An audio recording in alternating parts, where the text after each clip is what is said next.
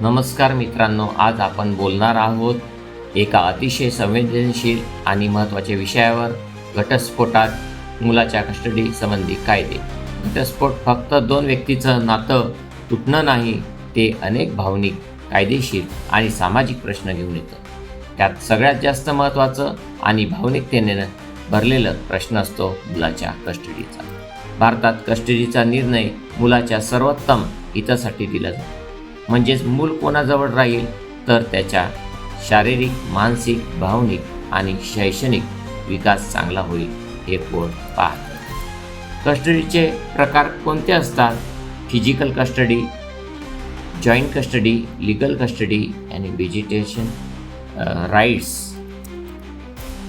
शेवटी कोर्ट काय पाहतं? मुलाचं वय, आईवडिलांची आर्थिक व मानसिक स्थिरता, घरचं वातावरण आणि मूल कोणाजवळ राहू इच्छितं हेही कोर्ट विचारात घेतं. विशेषतः 10 वर्षापेक्षा मोठ्या मुलांसाठी हे लागू होतं.